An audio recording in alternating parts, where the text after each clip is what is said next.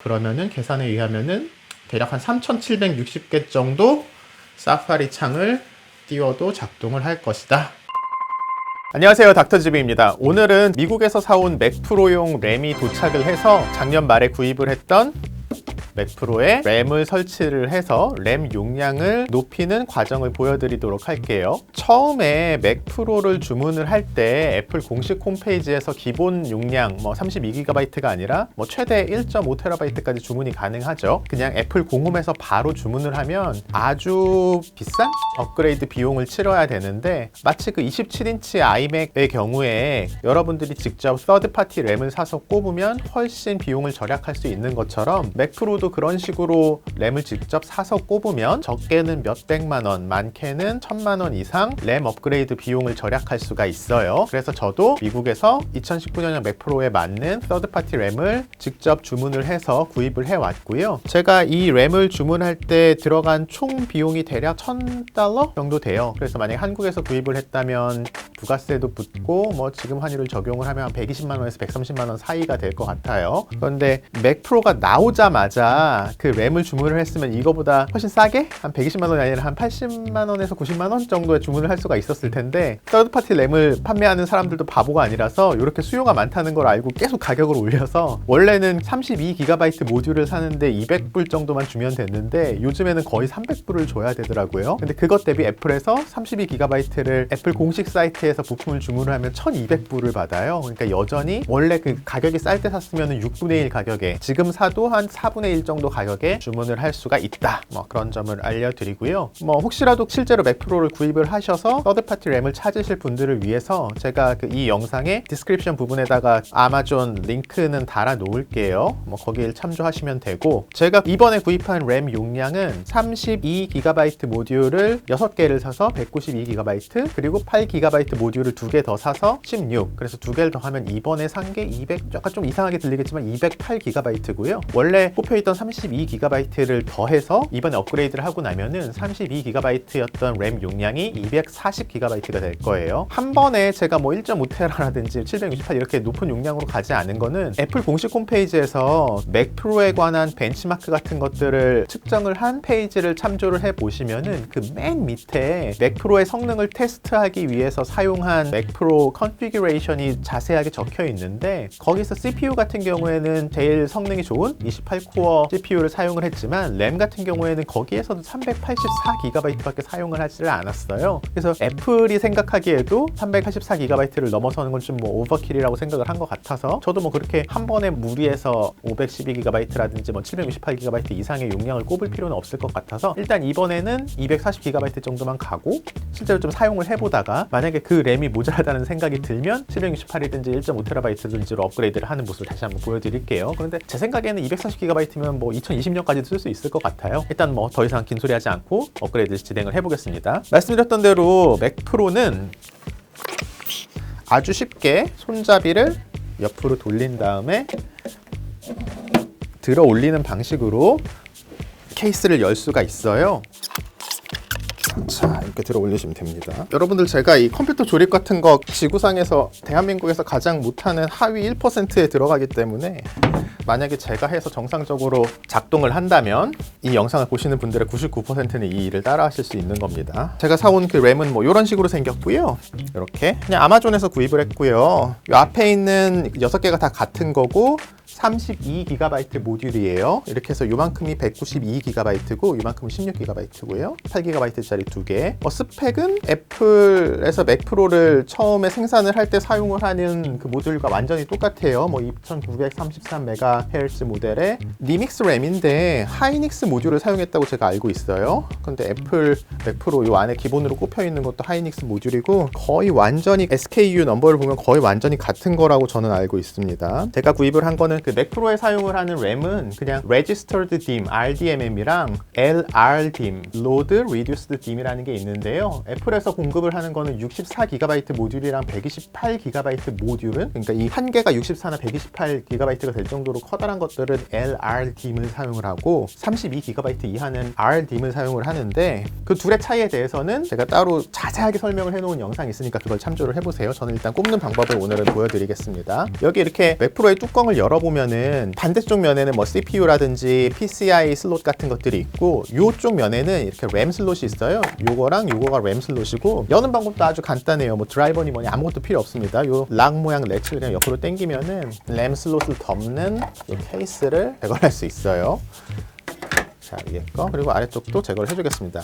제가 그냥 뭐 램은 기본 모델로 샀기 때문에 8GB짜리 모듈 4개가 꼽혀 있어가지고 지금은 32GB가 있어요. 슬롯을 덮고 있는 케이스 안쪽을 보시면 맥 프로는 램을 4, 6, 8, 10, 12 이런 5가지 방식의 구성 중에 하나만 사용을 할 수가 있어요. 그냥 여기다가 12개의 슬롯이 있는데 그 중에 하나만 꼽거나 뭐 2개, 3개만 꼽는 거는 슬롯에 문제가 없는지 잠깐 테스트를 하기 위한 용도로만 허용이 되고 이렇게 그냥 정상적으로 오랫동안 시스템을 사용을 하려면은 4개 슬롯을 사용하든지 6개, 8개, 10개, 12개. 그래서 실제로 여러분들 맥 프로를 주문할 때 보면은 32GB가 아니면 48GB, 뭐 96GB 그런 이상한 흔히 접하지 않는 종류의 숫자가 나오는데 그거는 맥 프로에서 최대 성능을 내고 싶으면은 되도록이면 이 12개 중에 6개를 사용하거나 12개를 다 쓰라고 그래요. 그리고 12개 중에 6개의 쌍은 서로 같은 스펙과 용량을 가진 메모리 모듈을 사용하면 더 최적화가 된다, 더 효율적이다 라고 하기 때문에 저도 그거를 맞추기 위해서 기본으로 꼽혀 있는 게 8GB짜리 4개가 있기 때문에 이걸 6개를 만들어주기 위해서 8GB짜리 모듈 2개를 더 산 거고요.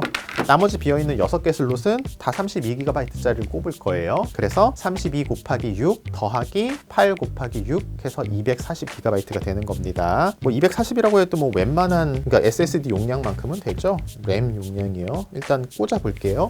서로 다른 용량의 메모리 모듈을 맥 프로에 꼽을 때 주의하셔야 될 점 중에 하나가 이 안쪽에 보시면은 그리고 애플 공식 사이트에도 보면은 메모리를 설치하는 방법에 대한 아주 자세한 안내가 나와 있어요. 서로 다른 메모리 모듈 저처럼 지금 이렇게 8GB짜리랑 32GB짜리를 사용을 할 때는 이 슬롯이 1번부터 1, 2, 3, 4, 5, 6, 7, 8, 5, 1, 2, 3, 4, 5, 6, 7, 8, 9, 10, 11, 12 이렇게 12개의 슬롯이 있는데 이 각각의 슬롯별로 채널이 서로 다르게 매칭이 돼요. 그러니까 어떻게 되냐면 애플 웹사이트에 들어가면은 맥 프로 램을 업그레이드 하는 방법에 대한 자세한 매뉴얼이 이렇게 적혀져 있는데요. 보면은 여기 맨 위에가 1, 2, 3, 4, 5, 6번 슬롯, 7, 8, 9, 10, 11, 12번 슬롯인데 여기서 1번 채널이 5번과 8번 페어고 2번 채널은 조금 복잡한데 3번과 10번 페어고 뭐 이런 식으로 각각의 채널이 슬롯 2개를 위에 있는 슬롯 하나랑 아래에 있는 슬롯 하나를 묶은 게 하나의 채널인데 그 채널 번호가 어떻게 1, 2, 3, 4, 5 순서로 구성이 되는지가 이렇게 적혀 있어요. 작은 크기의 메모리 모듈. 그러니까 지금 우리는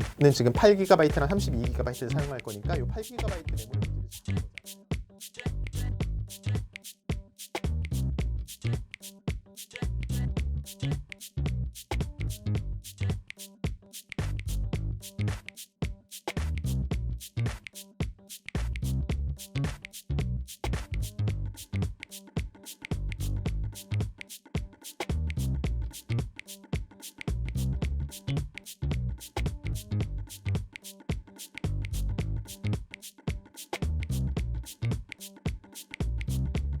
1, 2, 3번 채널의 순서대로 꽂으면 돼요. 그래서 지금 1번 채널이 요거고 이미 꽂혀 사용되고 있죠. 그리고 2번 채널이 요거예요. 그다음에 3번 채널은 맨 위에 1번 슬롯과 12번 슬롯의 쌍이 3번 채널이기 때문에 여기에다가 제가 작은 크기의 모듈인 8GB짜리 메모리 모듈을 설치를 할 거예요. 8GB짜리 메모리 모듈입니다. 1번 슬롯과 12번 슬롯에 제가 설치를 이제 할게요. 방향만 주의를 하시면 돼요. 일단 이렇게 렉치를 열어주시고 제가 조립 못하는 하위 1%라고 했죠. 제가 할 수 있으면 여러분 무조건 다 할 수 있습니다.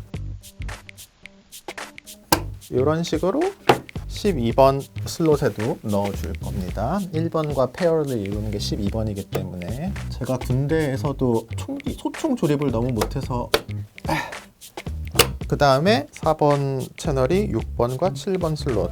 에휴, 외과를 안 가긴 잘했지. 요거는 이제 32GB 모듈이라서 확실히 램 모듈들이 꼽혀 있는 게 되게 빡빡하죠. 8GB짜리에 비해서 요것을 이제 4번 채널 6번 슬롯에 꼽아 줄 겁니다. 이걸 다 꼽고 나면 12개의 슬롯이 빡빡하게 찰 거예요. 4번과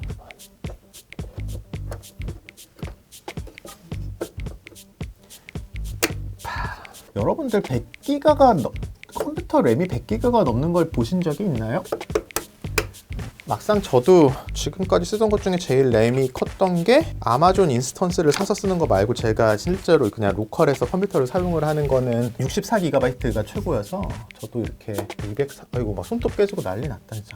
살신 성인을 하고 240GB의 램을 쓸 일이 없었는데 왜 이런 용량을 택했냐고 궁금해하실 분들이 있을 것 같아요. 딱히 이유는 없습니다. 그냥 해보고 있어요. 와, 이렇게 힘든 거야? 요거만 하나 넣으면 끝이다.